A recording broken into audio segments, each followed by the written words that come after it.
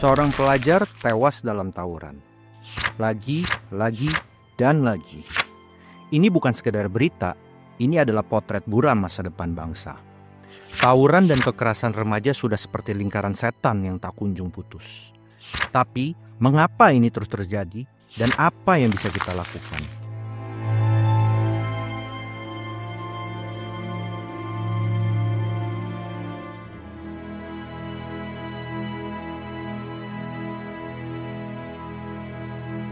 Di balik sorak-sorai dan teriakan malam itu, ada luka yang tak terlihat.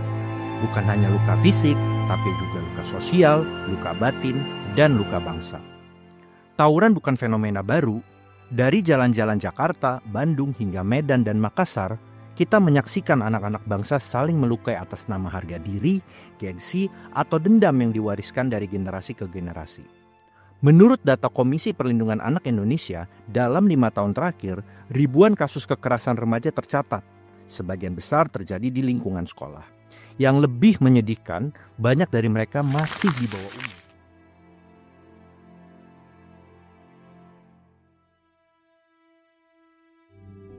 Sebelum kita menyalahkan, mari kita pahami dulu seberapa dalam masalah tawuran ini menghantui generasi muda kita.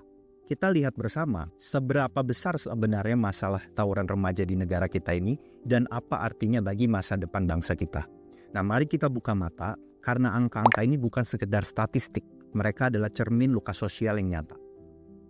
Seberapa parah tawuran kita di Indonesia ini? Data tahun 2023 dari Komisi Perlindungan Anak Indonesia mencatat 127 kasus tawuran remaja tercatat sepanjang tahun 2023. Dari data tersebut, 23 remaja meninggal dunia dan 89 remaja mengalami luka-luka. 60% dari kasus tawuran ini dipicu oleh balas dendam antar geng atau kelompok sekolah. Ini memang bukan lagi soal kenakalan remaja. Ini sudah menjadi krisis sosial yang merenggut nyawa dan masa depan anak-anak kita. Nah, berikutnya mari kita lihat fakta-fakta tentang kekerasan kelompok remaja di Indonesia. Menurut Mabes Polri, di tahun 2022 sampai 2023, sebanyak 1.845 remaja ditangkap karena terlibat dalam kekerasan kelompok, termasuk di dalamnya tawuran. Ini menunjukkan bahwa kekerasan remaja bukan memang kasus kecil, tapi sudah menjadi masalah yang serius secara nasional.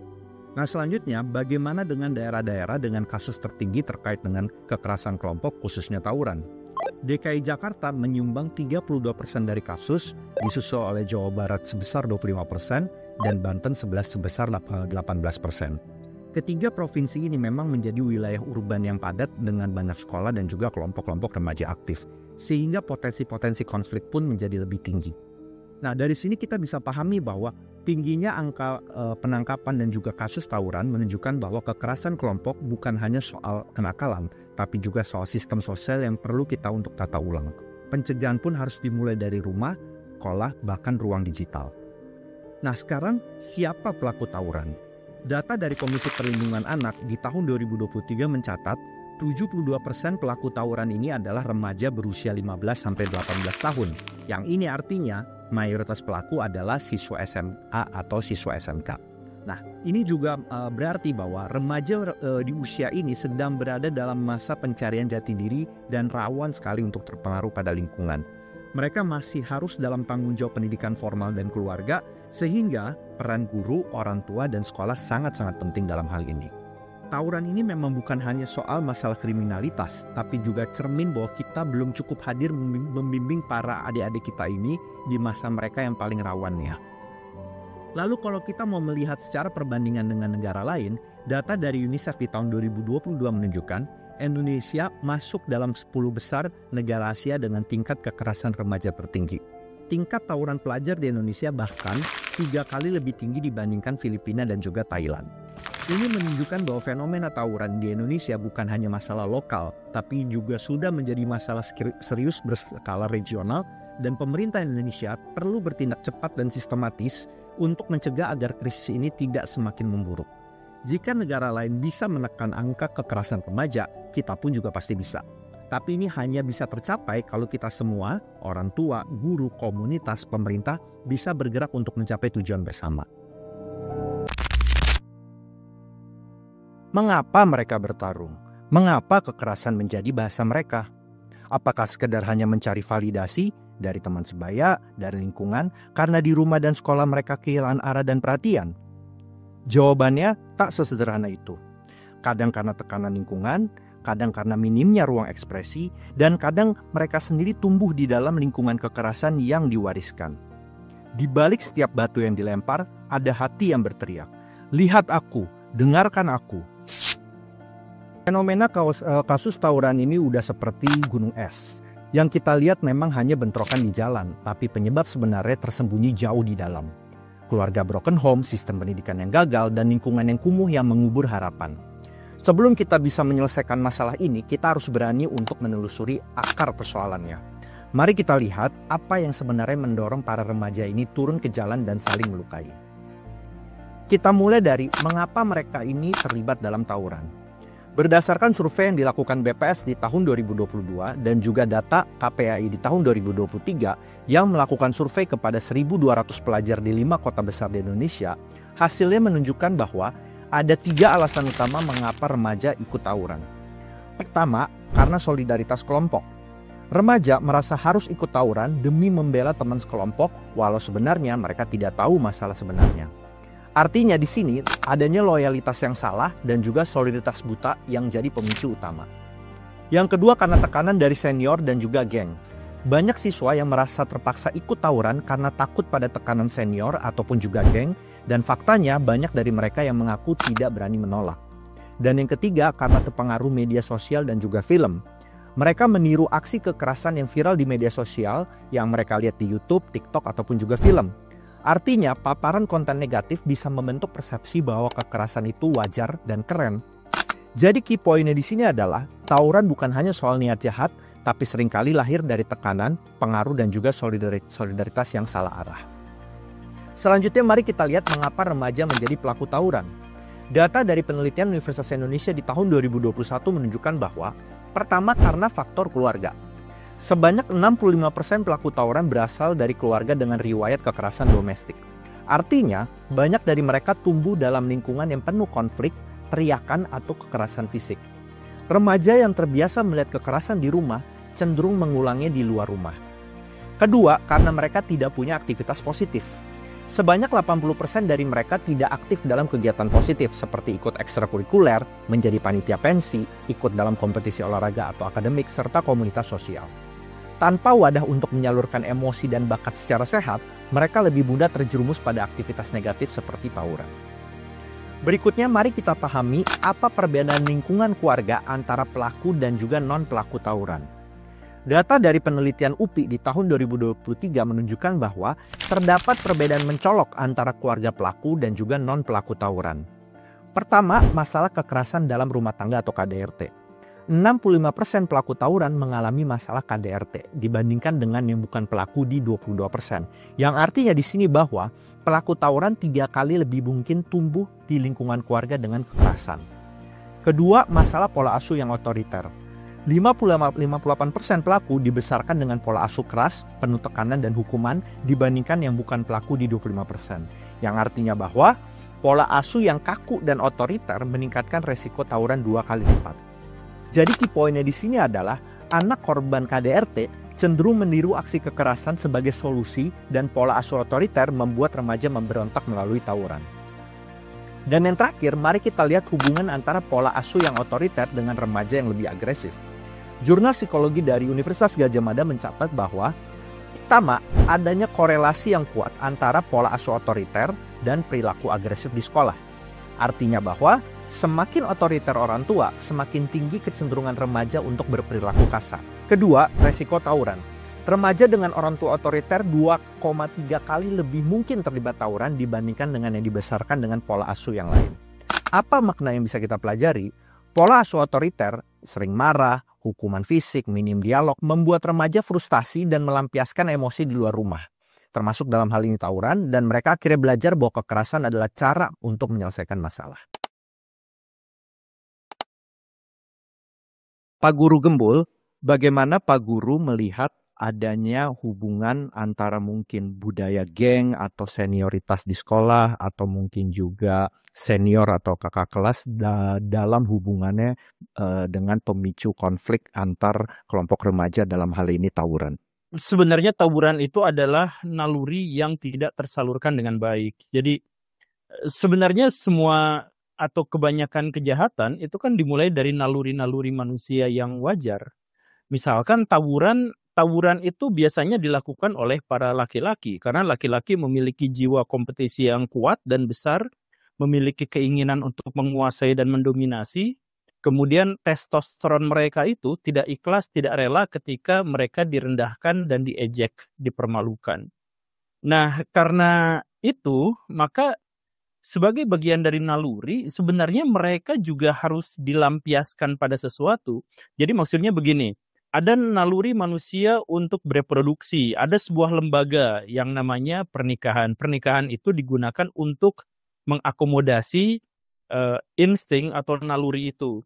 Ada misalkan pertandingan-pertandingan tinju, game, bola, kemudian berbagai kompetisi, balap lari, panjat pinang dan sebagainya, semua itu adalah cara manusia untuk mengakomodasi setiap naluri-naluri yang ada. Nah, tetapi ada satu masa, ada satu tempat, ada satu bangsa di mana mereka gagal untuk mengakomodasi itu semua, sehingga misalkan keinginan untuk balapan motor kebut-kebutan, seharusnya ada lembaga yang menaunginya sehingga mereka justru berprestasi di lintasan balap. Tetapi karena tidak ada yang mengakomodasinya, maka orang-orang yang memiliki naluri berlebihan atas itu melakukannya di jalan raya. Ada orang yang memiliki keinginan besar untuk menaklukkan pihak lain dengan berkelahi misalkan. Harus diakomodasi dalam pertandingan-pertandingan, dalam perguruan-perguruan, dalam gym-gym. Makanya nanti muncullah misalkan promotor-promotor tinju, promotor MMA, promotor bela diri Muay Thai dan lain sebagainya, itu sebenarnya untuk mengakomodasi. Tetapi ketika tidak ada yang mengakomodasi, maka jadilah tawuran antar pelajar, tawuran antar RT, antar RW dan lain sebagainya. Jadi dalam hal ini tawuran adalah wujud atau representasi dari naluri, tetapi karena satu hal tidak ada yang mampu mengakomodasi naluri itu. Apakah Pak Guru melihat ada korelasi antara kemiskinan atau kesenjangan sosial dalam meningkatnya tawuran remaja di Indonesia? Sangat besar, sangat kuat, karena kemiskinan itu menyakitkan, kemiskinan itu menghancurkan harga diri. Dan orang-orang yang sakit dengan harga diri yang rusak, itu adalah orang-orang yang mudah terlecut untuk melampiaskan hasrat kemarahannya. Jadi, kalau misalkan kita lihat ada orang yang hidupnya menderita, kita tatap aja matanya dalam beberapa detik, mereka bisa menjadi sangat agresif dan merasa terancam sehingga melakukan tindakan-tindakan yang berlebihan. Itu fakta. Bandingkan dengan misalkan orang yang sudah hidup makmur, sudah hidup kaya raya dan sebagainya, mereka tidak akan sesensitif itu. Jadi penderitaan, kemudian hujatan, makian, itu membuat seseorang menjadi terlalu sensitif sehingga mudah untuk respon mempertahankan dirinya keluar, dan itulah yang kita kenal sebagai respon agresi. Nah, respon agresi inilah salah satu yang akhirnya memunculkan berbagai jenis tawuran dan kekerasan. Ya, betapapun orang kaya juga sangat mungkin membuli, betapapun orang yang kaya itu sangat mungkin untuk tawuran, ya. Tetapi kemungkinan itu tidak sebesar dibandingkan dengan orang-orang yang hidup dalam penderitaan dalam waktu yang lebih lama. Begitu. Menurut Mbak Arum, apakah ada kaitan antara krisis identitas remaja, dalam hal ini remaja yang mungkin labil secara mental, dengan kecenderungan seorang remaja untuk dia ikut dalam tawuran? Oke, jadi kalau boleh dikatakan ya, ini dari banyak literatur juga yang saya baca ya terkait dengan perkembangan remaja. Jadi kan memang remaja ini kan sebetulnya kan adalah masa-masa krusial ya pada saat seseorang itu berusaha untuk mencari jati dirinya atau untuk mengembangkan identitasnya gitu. Jadi di masa-masa remaja ini itu krisis identitas itu adalah sebuah hal yang sifatnya umum dan banyak dialami oleh remaja-remaja. Terutama adalah ketika misalnya si remaja ini tidak mendapatkan sebuah role model yang tepat gitu ya, atau sosok yang itu bisa memberikan sebuah arahan, penanaman nilai yang baik, dan dia akhirnya cenderung menjadikan gitu komunitas atau teman-teman sebayanya menjadi acuan, nah itu pada akhirnya membuat remaja ini tuh jadi kayak terombang-ambing. Nah, kalau kita bicara terkait sama kondisi tawuran itu sendiri, kebanyakan yang memang terlibat di dalam aktivitas tawuran itu adalah mereka-mereka yang memang ya biasanya menjadikan si komunitas teman sebaya ini itu sebagai sarana untuk mendapatkan sebuah pengakuan gitu. Dan sehingga ketika si teman sebaya ini tidak bisa, atau si komunitas atau kelompok teman sebaya yang memicu tawaran itu tidak bisa memberikan sebuah panduan yang tepat gitu ya terkait dengan bagaimana cara harusnya kita berperilaku secara sosial dan sebagainya, dan malah menggunakan tawuran sebagai sarana gitu untuk mengekspresikan emosi, mengekspresikan diri, merasa kayak ini gue loh, kayak merasa pengen diakui gitu ya di dalam proses itu, maka akhirnya dia akan menjadi lebih terbawa arus gitu dari perilaku tawuran yang seringkali munculnya gitu ya sebagai wujud dari perasaan ingin diakui dan juga pengen dihargai dari remaja itu sendiri. Menurut Mbak Arum, bagaimana peran mungkin harga diri dan juga tekanan mungkin dari geng ataupun juga dari senior ataupun juga dari kakak kelas bagi kecenderungan seorang remaja yang akhirnya ikut dalam tawuran? Jawabannya sebenarnya dari pertanyaan yang diajukan itu pasti akan sangat berpengaruh ya, tekanan kelompok gitu. Karena memang gini, ketika seseorang itu mungkin dulu masih pada tahap perkembangan anak-anak ya, yang menjadi acuan dia untuk bersosialisasi itu sebetulnya itu hanya dalam konteks keluarga yang kecil. Tapi ketika seseorang itu beralih tahapan perkembangannya menjadi ke masa perkembangan remaja, maka dia akan lebih melihat bagaimana peran dia gitu ya di dalam lingkungan sosial atau komunitas yang itu tempat dia itu berada. Sehingga dalam hal ini ketika pada akhirnya kelompok sebaya yang dia pilih ya, itu malah menunjukkan sebuah acuan-acuan perilaku-perilaku yang mungkin malah mengarah dan mendukung kepada kekerasan, mendukung kepada tawuran, remaja itu tuh jadi lebih gampang untuk kebawa karena dia ngerasa bahwa kalau dia tidak mengikuti nih ya, otomatis dia mungkin akan di-exclude di dalam kelompok itu gitu. Nanti kalau dia di-exclude dari kelompok ini, lalu siapa yang mau main sama gue gitu ya. Jadi kayak gitulah. Jadi artinya adalah tekanan dari teman sebaya itu adalah sebuah faktor yang sangat krusial sih saya rasa ya dalam konteks remaja itu mengambil sebuah keputusan gitu. Jadi banyak sekali memang anak-anak remaja yang tidak memiliki kemampuan regulasi emosi yang baik dan mungkin cenderung memiliki harga diri yang lebih rendah dan selalu mengutamakan penerimaan dari kelompok, itu pasti akan mudah terbawa arus gitu ketika tekanan dari teman sebaya itu malah memacu dia untuk melakukan tindakan-tindakan yang mengarah kepada kekerasan atau tawuran tadi. Seperti itu. Menurut Mbak Arum, seberapa besar pengaruh keluarga, terutama dalam hal ini pola asuh orang tua terhadap kecenderungan remaja untuk ikut tawuran? Nah, ini menarik ya pertanyaan ini. Jadi kalau kita tadi berbicara ya terkait sama teman sebaya, itu kan konteksnya adalah bagaimana pada akhirnya teman sebaya ini itu bisa mengarahkan kepada sebuah perilaku yang buruk gitu ya. Kalau si remaja ini tidak memiliki benteng atau nilai-nilai yang kuat dari dalam dirinya dia. Ya, dan disinilah nilai-nilai yang kuat itu ditanamkannya dari siapa? Pertama itu jelas adalah dari orang tua dan juga dari keluarga. Jadi apa yang pernah saya baca di dalam literatur ya, kalau seseorang itu tumbuh di dalam pola pengasuhan yang cenderung orang tuanya mungkin lebih otoriter, atau justru adalah yang cenderung permisif. Permisif itu adalah kayak membolehkan apa saja gitu ya tanpa ada sebuah batasan nilai.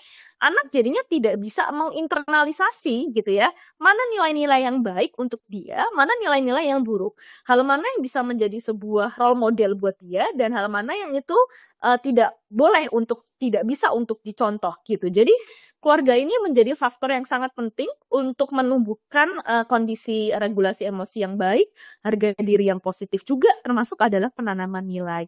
Oleh karena itu kalau kita bicara terkait perannya, maka itu akan menjadi sebuah sentral gitu ya, untuk mencegah sebetulnya agar remaja itu tidak terjebak di dalam kenakalan atau tawuran.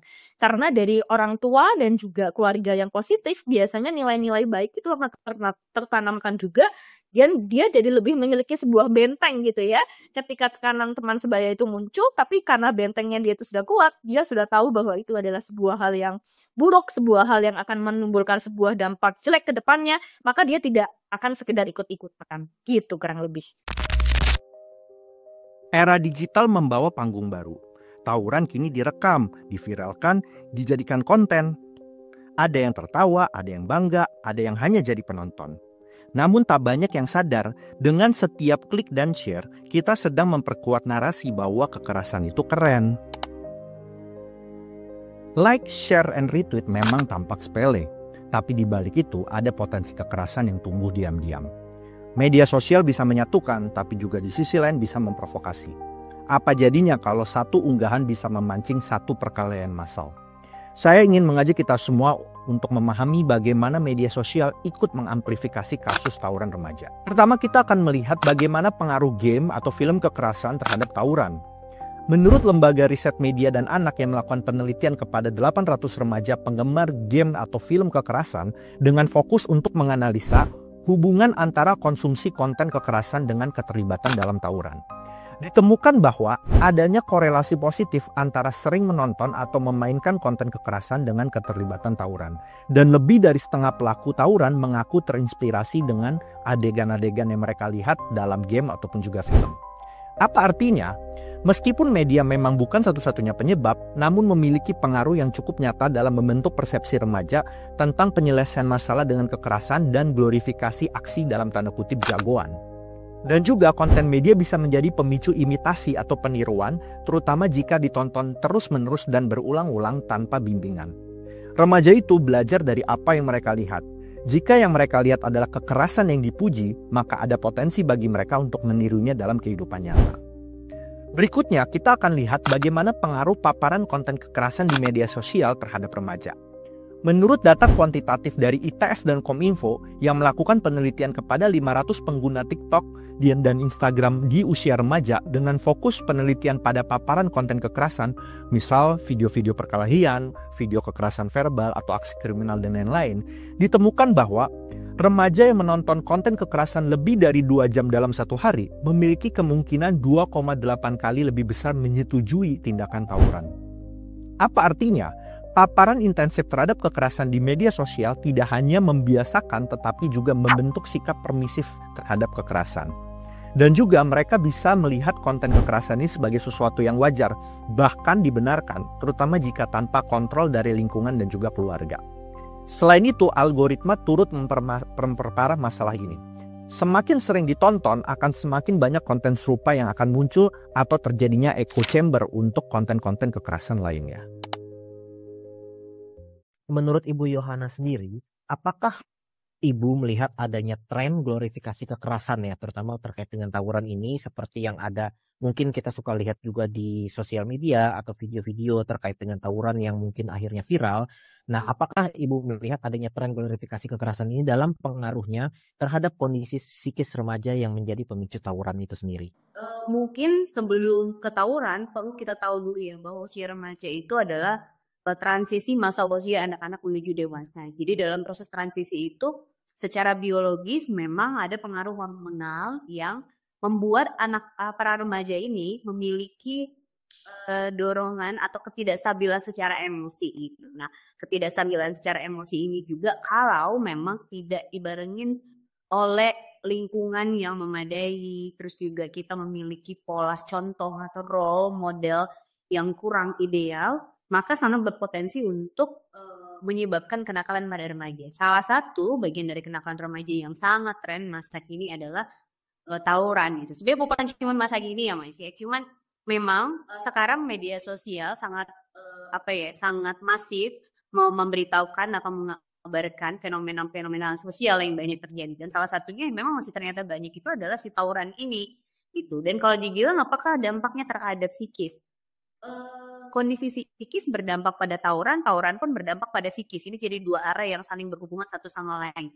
Satu mungkin untuk para pelakunya ini akan membentuk gambaran diri yang semakin kuat. Kalau kita bilang dia terbiasa menjadi agresi dan kesulitan untuk mengendalikan emosinya, maka ketika ini menjadi pola yang berulang dari si tawuran ini sangat mempengaruhi gambaran dirinya nanti ke depan. Usia remaja adalah usia pencarian identitas diri, maka dalam proses pencarian kita menemukan satu identiti, kemudian kita sering melakukan gambaran yang mirip dengan yang kita temukan rasanya identiti itu ini nih yang sedang aku lakukan, maka itu bisa jadi sangat besar contribute memberikan dia gambaran bahwa itulah identitas dia, seorang remaja yang agresif, seorang remaja yang sulit mengendalikan emosi, seorang remaja yang gampang diprovokasi misalnya, atau seorang remaja yang berusaha untuk memenuhi keinginan dari konformitasnya, dari teman-teman sebayanya gitu, peer groupnya. Nah jadi itu sangat berpengaruh untuk secara psikis gambaran diri dia. Kemudian yang mungkin juga paling berpengaruh itu adalah kondisi yang potensial menjadi traumatik bagi orang yang ada di sekelilingnya yang sebenarnya tidak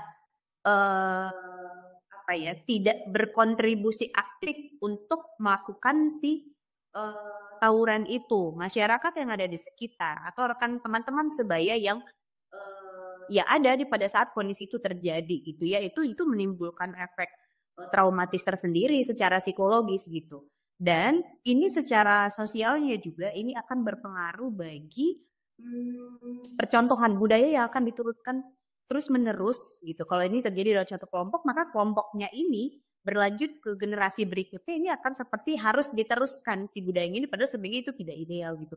Jadi sangat ngefek ya untuk secara psikis pun sangat ngefek untuk membuat anak-anak potensial menjadi pelaku dari tawuran itu sendiri.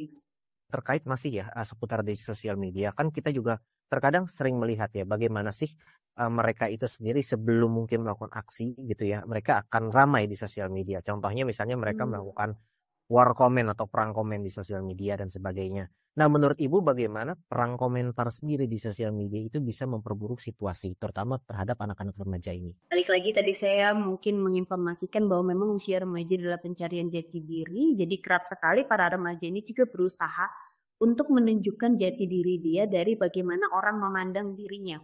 Jadi ketika dia merasa bahwa komentarnya itu diserang, maka dia berusaha untuk mempertahankan bagaimana pride-nya, egonya dengan ketidakstabilan emosi ini ya, untuk tetap diakui oleh kelompok sosialnya atau dilihat jauh lebih dominan oleh lawan kelompok sosialnya itu. Jadi sangat berpengaruh. Belum lagi rasa-rasanya sekarang banyak remaja yang melihat bahwa apa yang dipandang oleh lingkungan sosial dari sosial media ya, itu sangat menentukan bagaimana cara pandang orang terhadap dirinya dan bagaimana dirinya mengaktualisasikan diri gitu. Jadi even mungkin sebenarnya dia tidak semarak itu, tapi karena mungkin provokasi dari teman-temannya, maka dia bisa menjadi jauh lebih agresif untuk mempertahankan gambaran dirinya di mata sosial media di kelompoknya itu.